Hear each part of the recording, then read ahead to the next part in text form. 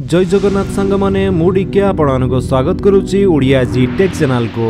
आज आपण जो अपडेट टी रही सेटा होची फेब्रुआरी रे लागू हेबो आयुष्मान योजना। 13 रे केंद्र और राज्य मध्य चुक्तिपत्र स्वाक्षर।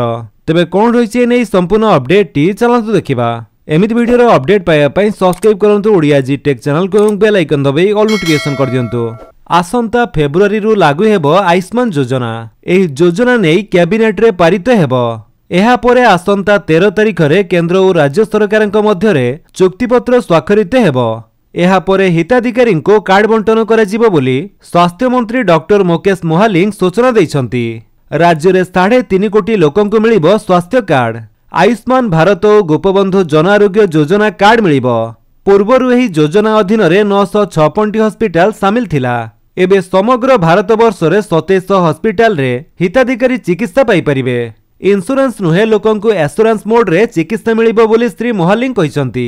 तो फ्रेंड्स यो थिला आपनको पई किछि अपडेट। जदि आपनको अपडेट टी भल लागितले आपण वीडियो को लाइक कर दियंतु, आपनको सांगन भितर शेयर करी जणांतु। आ जदि आपण म चैनल नुआ चैनल को सब्सक्राइब करी बेल आइकन दबाई ऑल नोटिफिकेशन कर दियंतु ताकि जेतोंती वीडियो अपलोड करिवे आपण देखि परिबे। Thank you for watching.